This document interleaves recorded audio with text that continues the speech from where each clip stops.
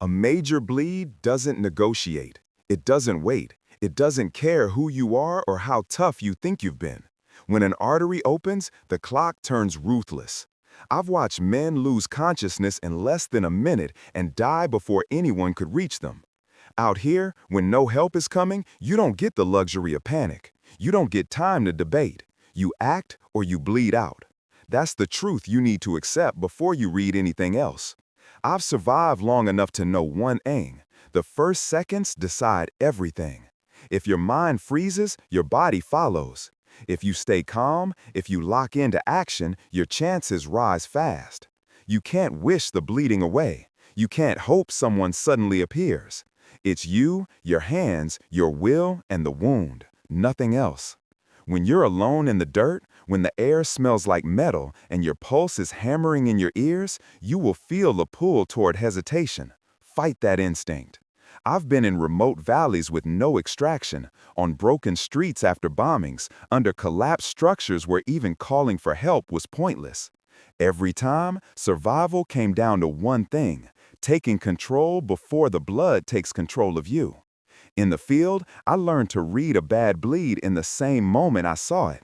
I learned to move before fear caught up. That's what I'm going to give you in this guide: the ability to act with the same clarity, even if your heart is pounding and the world is spinning. You're not here to be a hero. You're here to stay alive. And survival starts with accepting that no one is coming. It's on you, all of it. Now, let's get to work.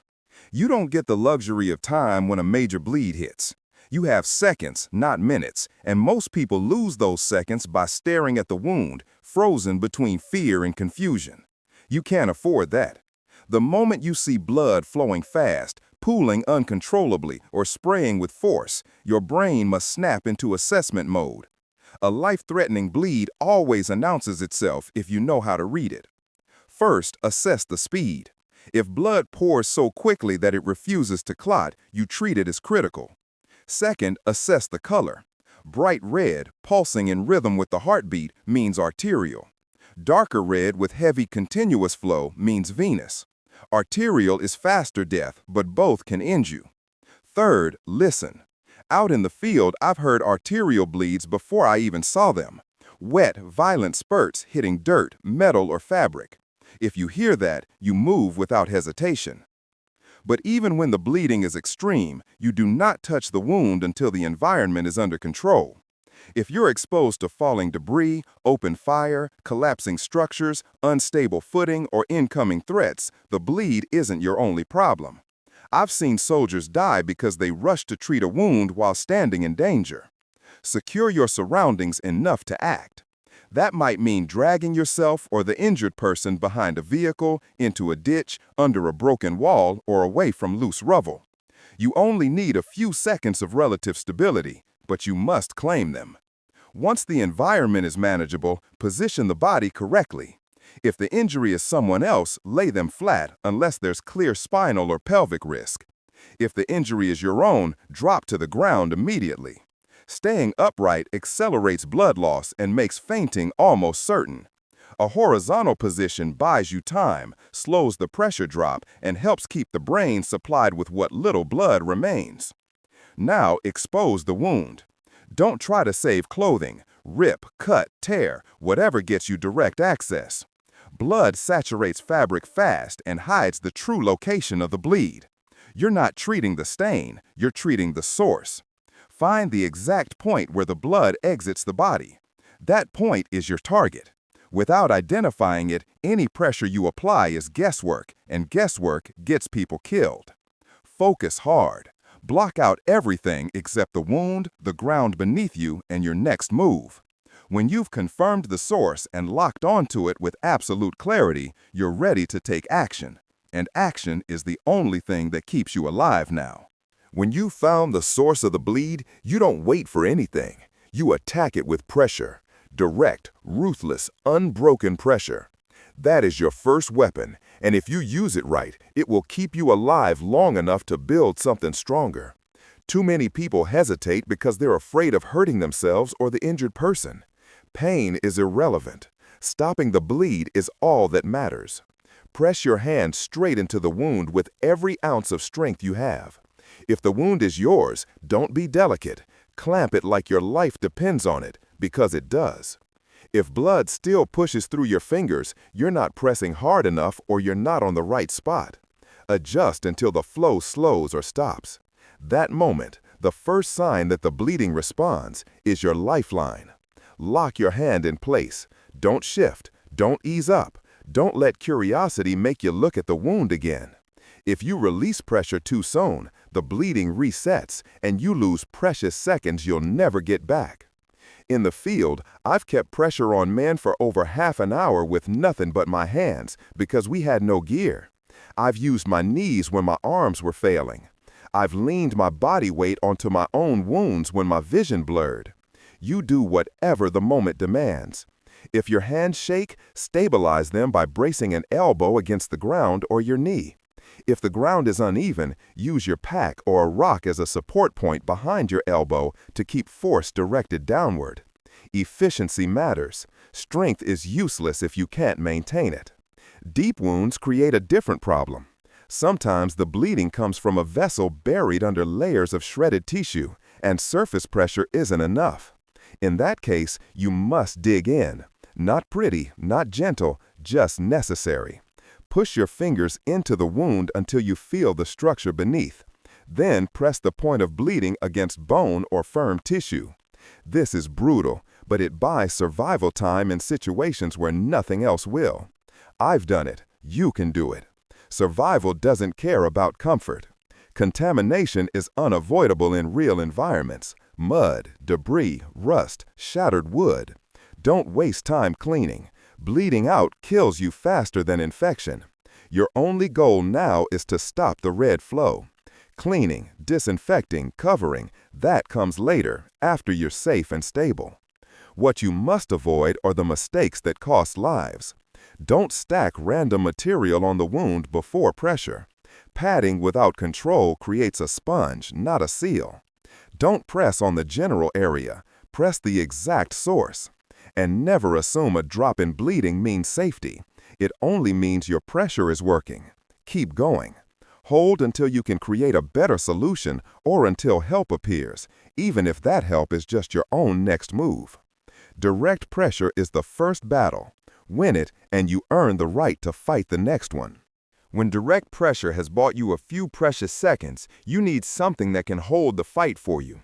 Your hands will fail. Muscles shake. Grip weakens. Blood, sweat, and dirt make everything slippery. That's why you build an improvised pressure dressing, something that keeps steady force on the wound even when your strength fades. You don't need specialized gear. Out here, anything can become a life-saving tool if you know how to use it. Start with the padding.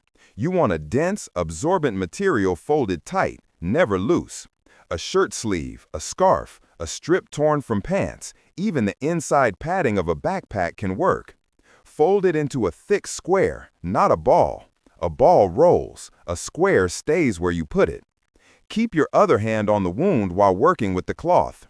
If the injury is your own, trap your elbow against your rib cage or thigh to maintain pressure while you prepare the dressing. You can't afford to lose control of the bleed during the transition. Once the pad is ready, place it directly on the exact source of bleeding, not around it, not near it, right on top. If you're dealing with a deep wound and your fingers are compressing a hidden vessel, keep one finger inside the wound while sliding the pad over it.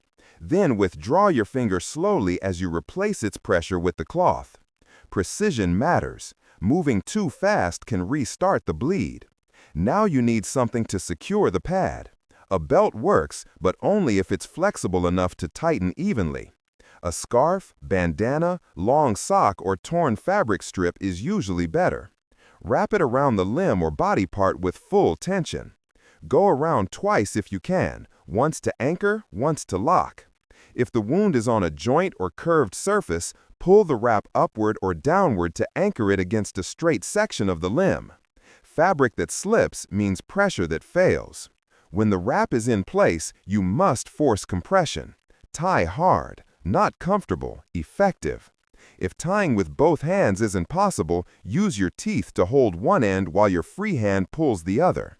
I've seen injured soldiers tighten dressings using their knee as leverage, pressing down on the knot to get an extra few degrees of force.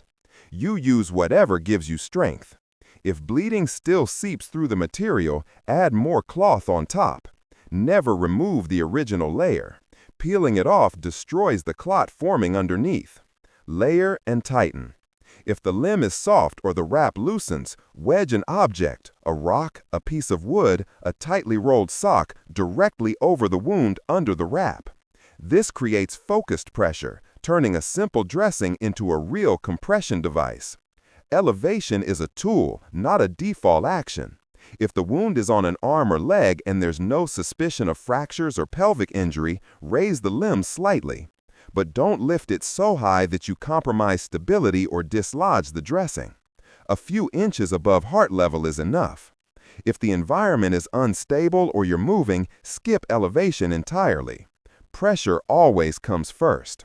When the dressing is secure and holding, test only one thing. Is the bleeding controlled? You don't remove anything to check, you feel. If the dressing grows warm and wet too fast, you tighten again. If the flow slows and the pressure holds, you've built yourself a lifeline, a simple structure strong enough to keep you alive long enough for the next decision. Improvised gear won't look pretty, it won't be sterile, it won't win awards. But if it keeps blood inside your body, it has done its job. A tourniquet is the last wall between you and death when a limb bleed refuses to stop. Out here, without proper medical gear, you don't get the perfect tools you see in training videos. You build what you can with what you have and you make it work. People die because they hesitate to use a tourniquet or they try to be gentle. A major arterial bleed doesn't care about gentleness. When pressure dressings fail, when blood still pulses through, when your hands can't keep up, you move to a tourniquet, fast, without second guessing. First, understand one rule. A tourniquet only works if it's wide, strong, and tight enough to crush the vessel against bone. Anything too narrow, cords, wire, thin straps, will cut into flesh and fail to stop the bleed. Good improvised materials include a thick belt, a folded bandana, a torn shirt rolled into a tight strap, a long sock stretched flat, or webbing from a backpack. Wider is better, 2 fingers width at minimum. Place the tourniquet 2 to 3 inches above the wound, closer to the torso, and never directly on a joint. If the wound is near a joint, go above the joint. Don't waste time trying to find the perfect location. Higher is safer than lower. And remember, once you commit, you don't loosen it. You're fighting for minutes of life, not comfort. Wrap the material firmly around the limb and tie a single tight knot. But that alone isn't enough. You need a windlass, the tightening stick. Look around fast. A piece of wood, a wrench, a screwdriver, a metal rod from a pack, even a sturdy pin if you have nothing else. Slide it under the knot, then twist. Twist until you feel the pain spike. Twist until the bleeding stops, not slow.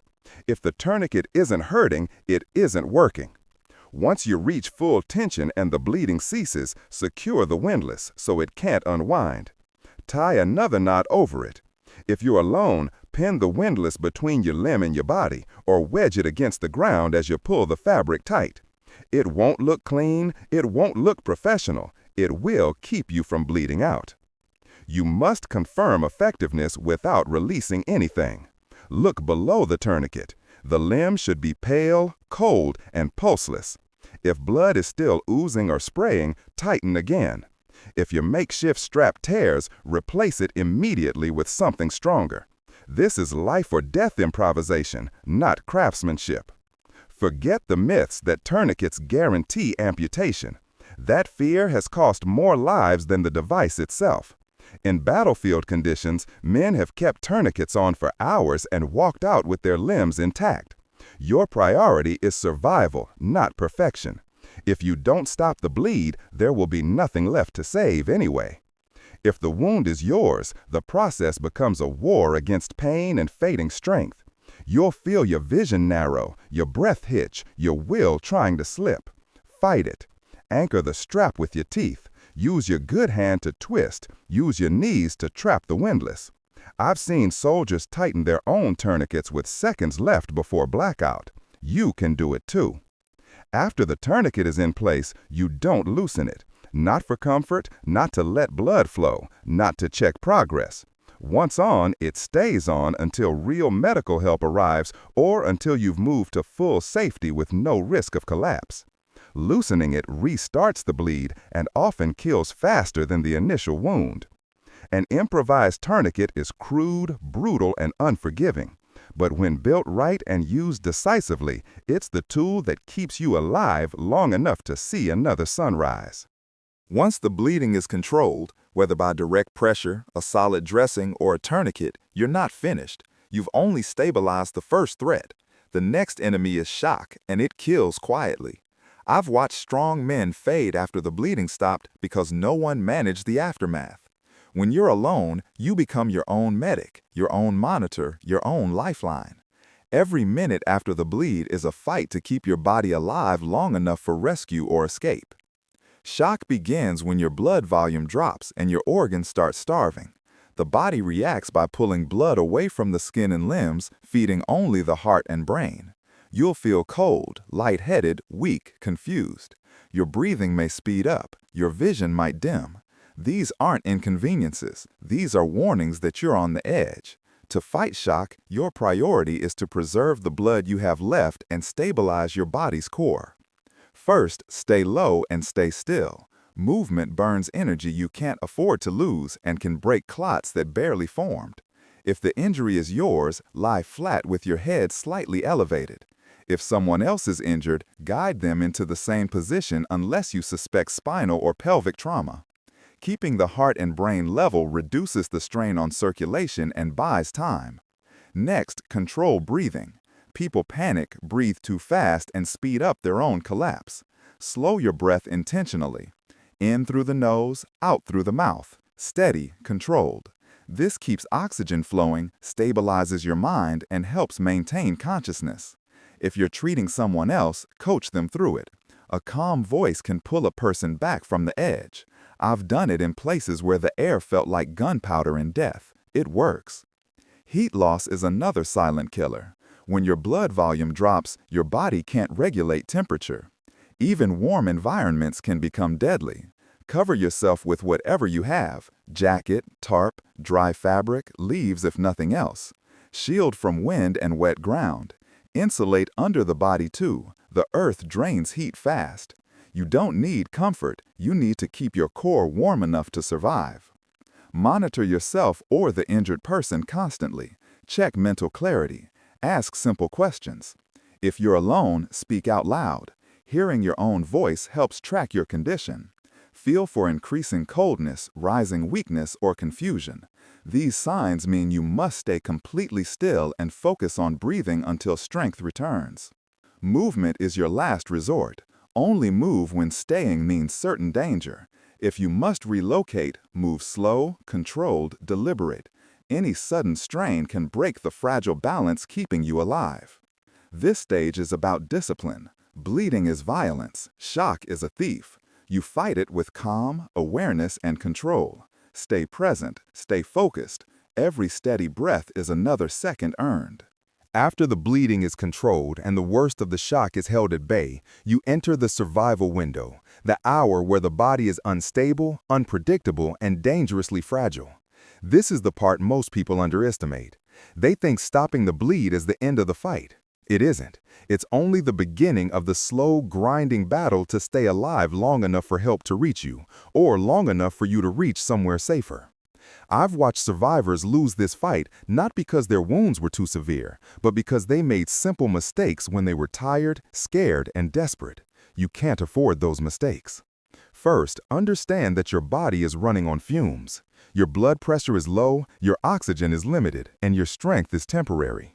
Even if adrenaline makes you feel okay, that feeling is a lie. Adrenaline fades fast, and when it does, the collapse can be sudden and brutal. That's why your next moves must be controlled, deliberate, and minimal. Do nothing unnecessary. Waste no movement. Every action has a cost now, and the price is your remaining strength.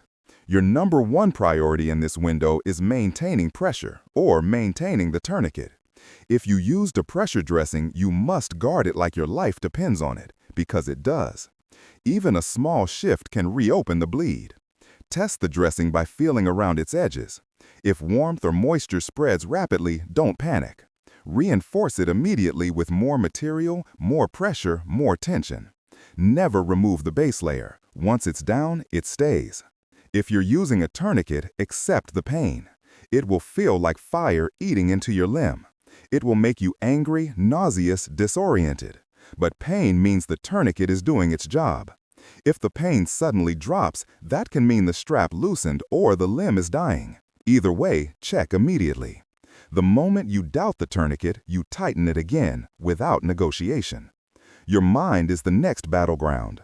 You'll feel waves of fear, exhaustion, and drifting consciousness. Talk to yourself. Anchor your mind. Count breaths, count seconds, count anything. In the field, I've stayed awake by muttering every name of every man I ever served with. Use whatever keeps your brain from going dark. Staying conscious means staying alive. The last trap in this window is overconfidence. People think they can stand, walk, or push through. They can't. Standing too fast drops blood pressure and causes instant blackout. Walking too early breaks clots. Falling even once can kill. Stay grounded unless danger forces you to move. Stability over speed, clarity over panic, survival over pride. This hour tests discipline more than strength. The enemy isn't just blood loss. It's your own instinct to rush, your own impatience, your own fear. Control yourself, and you control the situation. Lose control, and the wound finishes what it started. When the bleeding is controlled, when shock is contained as much as possible, and when you've stabilized yourself through the survival window, you face the final decision: stay put or move. Out here, there's no perfect answer. You choose the path that gives you the highest chance of staying alive, not the path that feels comfortable.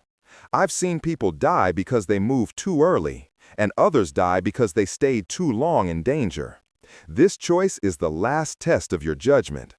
If the area around you is safe, no falling debris, no hostile threats, no spreading fire, no incoming weather, you stay where you are. Moving burns strength you don't have and risks breaking the clot or loosening the tourniquet. Staying put keeps your body stable and predictable. It also makes it easier for rescuers to find you if you're in a place where rescue is possible. Conserve heat, conserve movement, conserve willpower. Every breath, every second still increases your chances. But if danger is closing in, if staying means being crushed, burned, flooded, or exposed, you move, slowly, methodically, with absolute intention. You don't stand fast, you don't sprint, you don't drag yourself blindly. You move like someone carrying a fragile container, because you are one. Keep your injured limb secured. Keep pressure dressing supported. Keep your torso level to avoid sudden drops in blood pressure. If you have a tourniquet on, accept that every step will send shocks of pain through your body. Pain is irrelevant. Survival is all that matters. Your priorities during movement are simple. Stay conscious, stay balanced, stay breathing. If you feel dizziness rising, stop immediately and lower yourself to the ground before you fall. Falling can undo everything you fought for. Rest until the fog clears, then continue, only if absolutely necessary. If you're bleeding again, reassess and reinforce before taking another step. Your final objective is shelter, any place that protects you from cold, wind, animals, and environmental danger. Once you reach it, settle your body, protect your wound, and stay alert.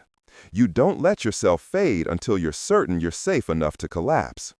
This is the end game, a slow, stubborn refusal to die.